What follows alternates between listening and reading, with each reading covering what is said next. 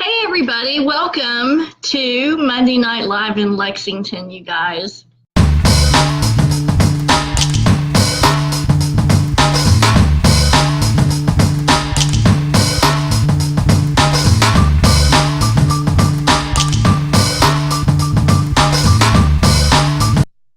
Hey to Instagram and both of my Facebook pages. The only place that I can pretty well answer comments will be on my personal page, just Kathryn Kauffman.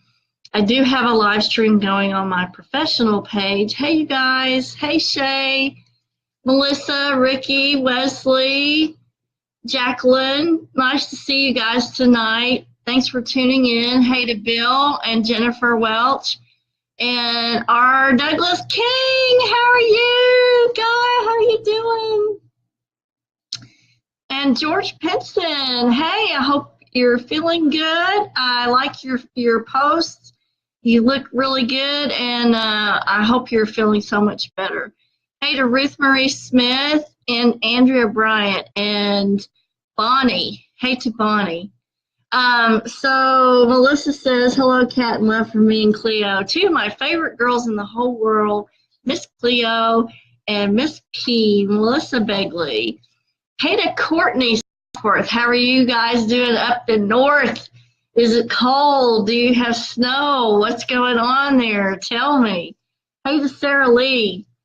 Tonight's topic is going to be, it is a case study of a local haunting that I did. I guess it's been a couple of weeks ago before Halloween. So George says he's doing great. Wonderful to hear. Hey to Gary and Doris McQueen. Yes, thank you for tuning in. And Veronica and Barry Reed. Thanks for tuning in tonight. So this was a case that I did a couple of weeks back before Halloween. And I wanted to present it to you guys just to see what you guys thought about it. It was an unusual case. So I'm going to kind of go over the way that I do a property discernment. Hey to Paula Lawrence on Instagram. Thanks for joining tonight. I can't believe I can actually see that on Instagram. So, because the print is so much smaller and it's way over here. So let's go over how I do a home discernment or a home walkthrough. It's really what I call it is an on-site mediumship. Hey to Barry Brenniger and Nicole Gaspard. Hey, Nikki and Gary McManus. Nice to see you guys tonight. So the way that I do a property discernment is the first thing is to listen to the homeowner. I think that most of the time the people have got all this all pent up and they're really upset and they've been dealing with this stuff for a long time. And so it is really, really important for you to listen and let that homeowner vent all their frustrations, all their anxiety, let them get it all off of their chest. I don't like to know too much before an investigation, but if that homeowner needs me to listen, that is the very first thing that I do, is just listen to everything. The second thing is when I go to help a homeowner, that's what I'm there to do. I'm there to help them. I'm not there to debunk them, okay? I am there to help them. And what I do is called a discernment. And discernment simply means finding out what's going on. Hey to Tanya and Liliana. Thanks for joining us this evening. So, the first thing is evaluation of the outside of the property. Now, I know not a lot of people do that, but I do find that in some circumstances, what's going on can be attributed to a neighbor or something happening in an adjacent property that is transferring to whatever is going on in that person's area or in that living space. So the first thing I do is an evaluation of the outside. Is there anything in that area that could transfer over to that property? Or are there any graveyards next to the property? Are there any, electrical substations next to the property? Any cell phone towers? I'm always looking at that kind of thing. So I always evaluate the outside of the property first before I ever go in. Sometimes if there is an adjacent graveyard and a water source, that's like double trouble. Somehow the water source can amplify anything coming from the graveyard into the homeowner's property. So that's pretty important to kind of focus on and discern. Once I determine if there is anything on the outside of the property that needs to be brought to the homeowner's attention, then I go into the property and do a walkthrough. And I'm doing a walkthrough not with, I give the EMF meter and the video camera and the Ovilus to my assistants when I go. When I go to a property, I am the primary instrument that has to do the discernment. If I am busy fooling around with the EMF meter or whatever, I'm not in a receptive mode. So I need to be in a total receptive mode and not be bothered with any kind of equipment when I go in to do a house discernment. So the EMF meters, the Ovilus, and anything else will be given to an assistant to use those devices. Thanks for the kisses and the likes. So I'll do a walkthrough then of the property, and I'll look for areas that really have a high feeling or pull to them. Sometimes I will see a spirit right away. Sometimes that spirit will try to manipulate their appearance and present themselves in a different way. So you kind of have to wait and really focus on what you're getting to get to the bottom of it. Hey to Pamela Thompson, Lisa Saunders, nice to see you guys tonight. Thanks for tuning in. So if I am drawn to a certain area, or I feel like I'm connection with a spirit in a certain area, then I'll tell my assistant, take your equipment to this area, take pictures right here, do EVPs right here. 9 times out of 10, we will get really good evidence when I tell them exactly where to go and exactly what to do. When we do get anomalies from the equipment that we have, and once I gather all my information as a medium, then we go back to the homeowner and we present our findings. This EMF meter went off in this location. This is what I saw. This is who I talked to. And so then we have to sit down and derive, okay, what is it that's here, if anything? Number 2, how long has it been there? Because that is hugely important. If you've had something that's been there for a very long time, it is highly patterned into the environment, and it is much more difficult to get rid of. So hey to Michelle and Phyllis Bowen-Butner. Nice to see you guys tonight. So number 1, what is it? Number 2, how long has it been there or been allowed to pattern itself into the environment? And number 3, the most important thing, how strong is this entity? So those 3 things are what we take into consideration in doing this home discernment. This is the most important thing as well. I know I keep saying this is the most important, but this is truly the most important thing of everything. Each property is different. We have different people involved. We have a different home involved, different situations. You cannot use one technique for every single thing because everything is so different. There's different entities. There's different people involved. The energy of the home is different. It's like a fingerprint. Every situation is different, and we have to tackle it head on, and we have to formulate a plan that's different with each place that we go. So you really need to treat it as such, like it's an individualized situation. Hey to Wes and Doreen and Crystal, how are you tonight? Thanks for joining me. So after we take a look at everything and we determine what is it, how long has it been there, and how strong it is, we sit down and formulate a plan with the homeowner that's acceptable to them.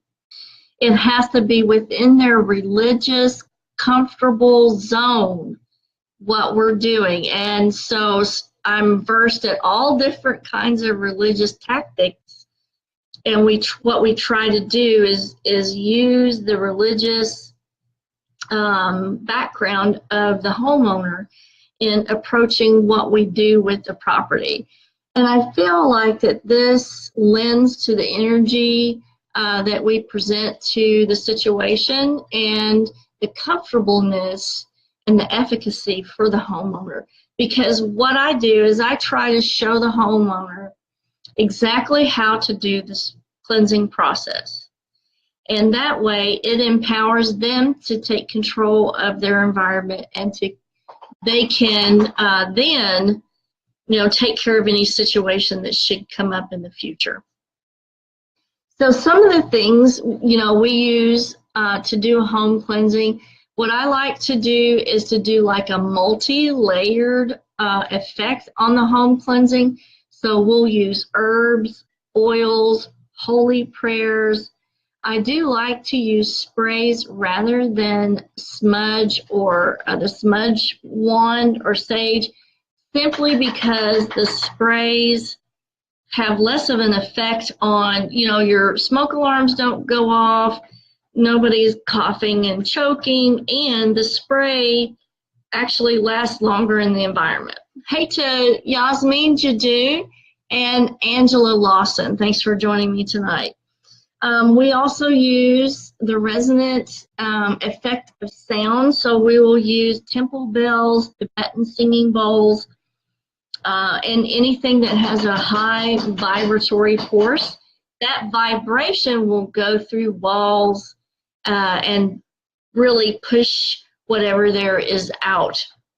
So we're about halfway through our half hour. Let's start with the case study. Let me make sure there's no questions here. Hey to Lana Lorraine, thanks for joining. If you guys have any questions about this at all, please feel free to ask. And nice to see you other participants over here on Instagram. Paris Kentucky Cat and F. Gassam. Nice to see you guys. Okay, so let's start on the case study. So this is a local haunting that I encountered in the last 2 weeks. I was called in on a case. I'm not going to give too many details. There's only going to be a few details. And if you have any questions or you want to make a comment, I really need your input on this. So this was an apartment, and it's in an apartment building. So of course, the first thing that I did when I arrived at the location was to evaluate the exterior of the apartment building. I did not see anything coming, or did not feel anything coming from the adjacent properties on either side of the apartment. I did notice right away the upstairs window did have a really dark and heavy feeling, and I turned to my assistant and I said, I feel like that's an area of focus, and I feel like that may be the homeowner's bedroom. And so if it is the homeowner's bedroom, then we have concern, because I'm already drawn to that area. So upon entering the property, I did ask the homeowner, is the window upstairs the bedroom? And they did acknowledge that was the bedroom for the property. So I knew right away that was the area of focus. So Nicole says, hey to Lauren Burcham. So Nicole says, yeah, true, I've had smoke alarms go off when you smudge. Absolutely. Another thing, Nicole, is that, you know, if you have elderly people at the location or if you have little kids, it's not really a great idea to smudge because you can cause a lot of harm when you do that. So I'm really finding that the sprays that I make up work really, really well for that, and they last so much longer. So Sarah Lee says, what about living next to a hospital? Can that be like an electrical water graveyard type stuff? Yes, absolutely. If you're living next to a hospital or a nursing home or even a funeral home, then you really need to put up a lot of, you know, ward protection on wherever you're living. And when I say ward, I mean W-A-R-D, wards. And I will do another episode on how to ward an item and what wards are.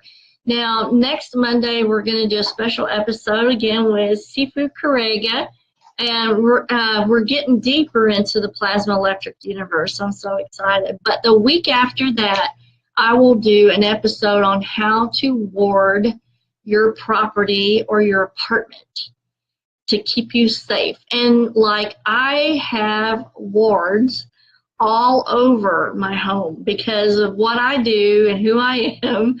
If I did not have those wards up, I would never get any sleep at all. So they're extremely important. And yes, Sarah, it does matter if you live next to a place like that. You definitely need to ward your property. Hey to Mitchell Culley and Christy Osborne Glass. Hey to Colleen. And let's see, John Anderson, Greg, and Rebecca Guerrero. Nice to see you guys. So let's rewind to the property. I have determined that the upstairs bedroom was of concern, and it was the homeowner's bedroom. So very dark and heavy there.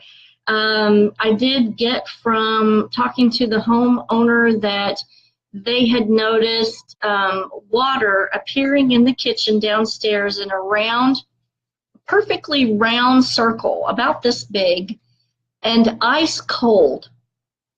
Okay, no origin, no dripping or leaking on the ceiling that they noted or anything, but very ice cold when they cleaned it up. Did not have any source of origin. Me and my assistant went upstairs. I did not feel anything at all downstairs. We went upstairs. The bedroom was very dark and heavy, but I did not feel an entity there. We went into the child's bedroom. I really didn't feel anything in there either. We went around the corner into the bathroom, and that's when I encountered an entity. This was a female entity. It was very angry. This entity did not want to talk to me at all, did not want to communicate with me. I did sense a suicide in that bathroom. Now, I did not tell my assistant any sensation or any interaction that I had. She just stopped when I stopped, so she knew that I was encountering something, but she didn't know what. So I turned to her and I said, "What are you sensing?" And at that time, she said, "I do sense a suicide and lots of blood." And that's what I had sensed. And we kind of concurred on that. So we sort of double-checked each other. Now, this entity was standing next to the bathtub. So I asked my assistant to go to the bathtub with the EMF meter and see if anything registered. Well, yes, the distal part of the bathtub was like a 2 or a 3 on my tri-field meter that she had. However, the rest of the bathtub was completely negative, okay?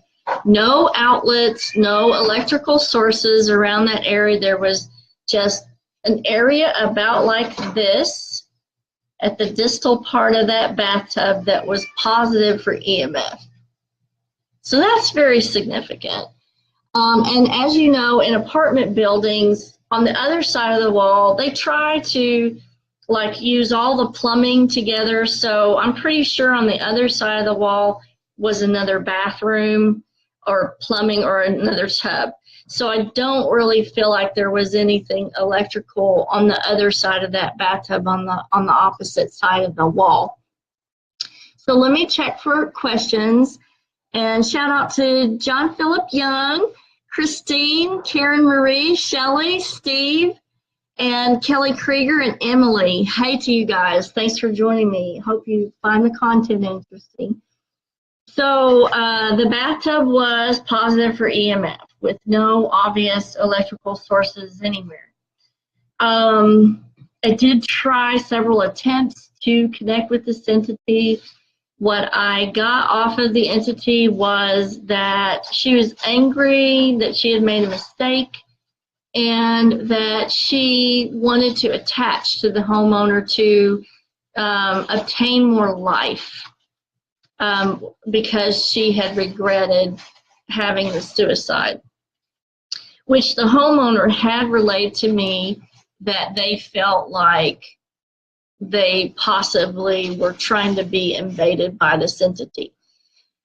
So that was of concern. So at that point, we went downstairs and presented our findings to the homeowner and the fact that the bathtub was positive for EMF. And then we tried to set about formulating a plan of action. So hey to Pam and Allison, thanks for joining tonight. And Carolyn, nice to see you guys. I'm just checking for any questions at all. So what we decided to do, I did not, since the bathtub was so heavily imprinted with EMF, I really wasn't sure whether or not we could rid the apartment of the entity because it has a strong physical tie to our reality. That is a problem. But what I suggested is that we go ahead and try to clear the property anyway, even though I didn't know if it was going to work. So what we did was we took a specialized salt that I make. It's a consecrated salt with like 7 different herbs and 9 different oils. And we used some of the black pepper oil spray. Black pepper is really, really good for exorcisms. And so being that this was going to be a difficult case, I decided to use that. And then we also used a Tibetan singing bowl, which provides a lot of resonant energy that pushes entities out. And just my experience, the Tibetan singing bowl, the vibration from it really, really just upsets any kind of spiritual entity. It really drives them out really well. So when I do a cleansing, I require that everybody participate, the homeowner, any children, and I always have them leave any kind of animals in the apartment, but in a kennel. Because if you, let's say you're going to go do a cleansing, and that entity knows that you're going to come do the cleansing, and the homeowner sends their animals to either a kennel or somewhere else, like a friend's house overnight, all that entity has to do is attach to one of those animals and go wherever they're being sent while the cleansing is going on, and then come back in the next day or the day after when those animals come back. And you wonder, why is this thing back again? So I always have everybody and everything stay at the property during the cleansing. So we had everybody participate, even the child. I gave them the black pepper spray to put in all the corners of the property. We did use some prayers, holy prayers, and consecrated salt with the herbs and the oils. I always like to start at the most distal part of the property and work towards the most proximal area. actually will work from the distal point to the main entryway of the home. Now, a lot of properties, the front door is not the main entryway of the home, so you have to determine that. And I usually will ask people, where do you take your groceries in? Do you take them in the front door, or do you take your groceries in the side door? 9 times out of 10, the main entryway is on the side of the house where the property owner is taking their groceries in through to the kitchen. That's the biggest entryway, or the most energy coming and going from the property. So you'll want to move distal to proximal and pushing that energy out. Let me check for some questions. Hey to Jesse and Renee and Billy and Autumn Law, Hannah, Ethel, and Joyce. Thanks for joining me tonight. So we started at the top of the apartment, and we're going to move the energy downward and out the front door.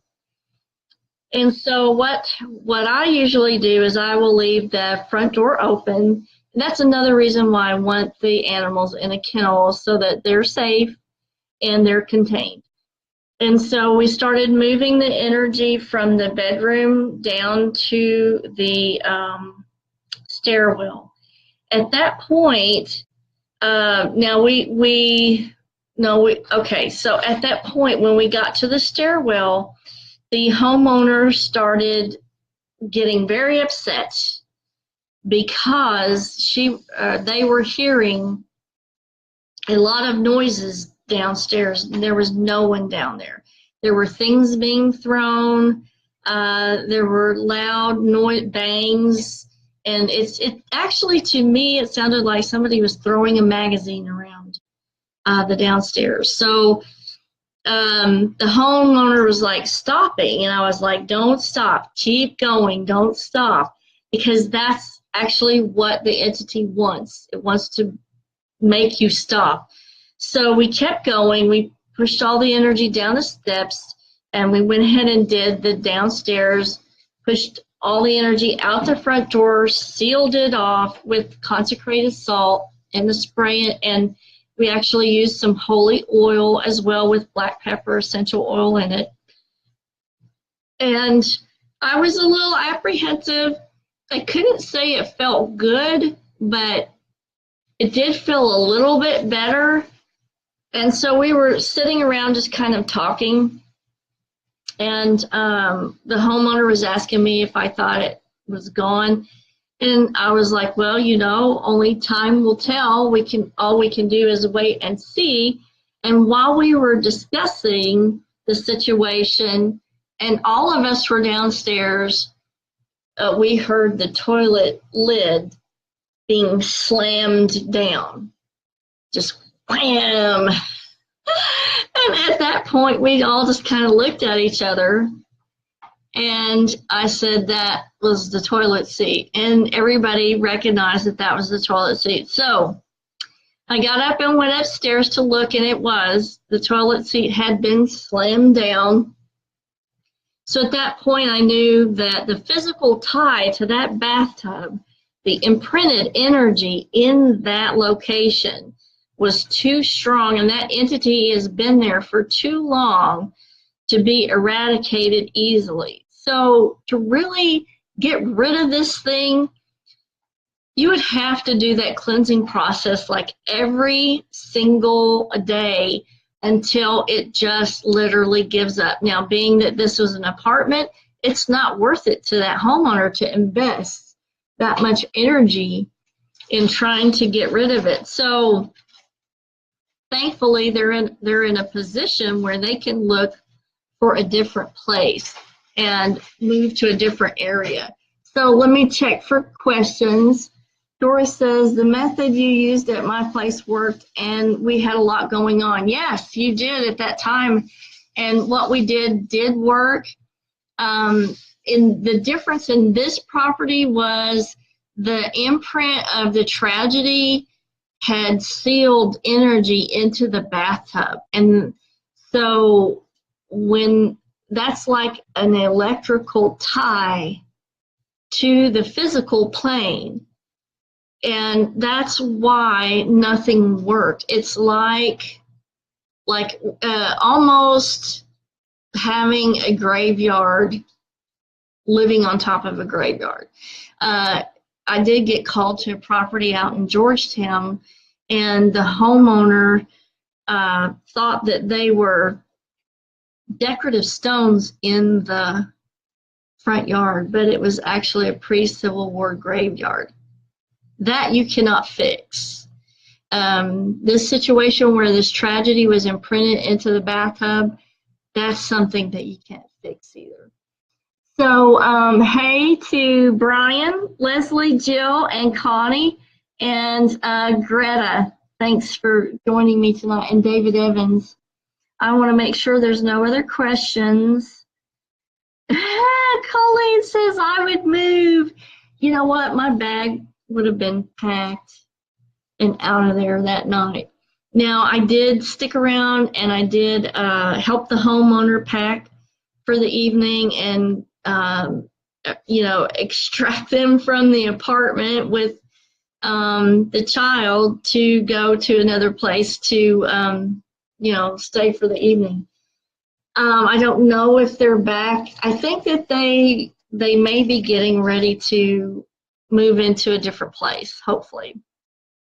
So another thing that I suggested was that the homeowner do a very thorough consecrated salt cleansing of the aura, because of the fact that this entity wants more life and wants to attach to them to obtain more life.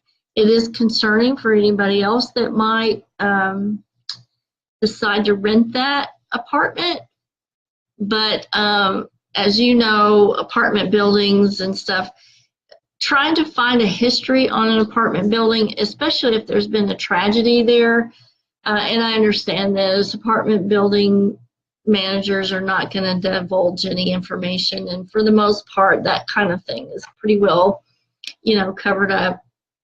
So you really, if you're really concerned about it, you need to have a medium come and check out your property before you buy it or before you lease. If you're going to enter into a long lease, you need to have some kind of evaluation of it. Now, if you are, if you've been practicing your psychic abilities and you feel comfortable, you may be able to use a pendulum or something and derive whether or not that is a good property for you. And it may be a good thing for you to develop or to look into, especially if you're going to be moving sometime in the future. Now, I see our time is up, so I'm going to bid you guys a farewell adieu. And wait, before I go, what's for dinner, David? Fried rice with chicken, shrimp, and crabs. I can't believe how lucky I am. Am I not the luckiest girl in the whole world? Crab in my fried rice. I am so lucky. Well, I will see you guys next week. Don't forget, Shifu Karega is going to be back with more of the Electric Universe. I can't wait to let you guys know about it. Until then, kisses from Kentucky, and I will shut down all these streams because I'm so ready to eat. Night, guys.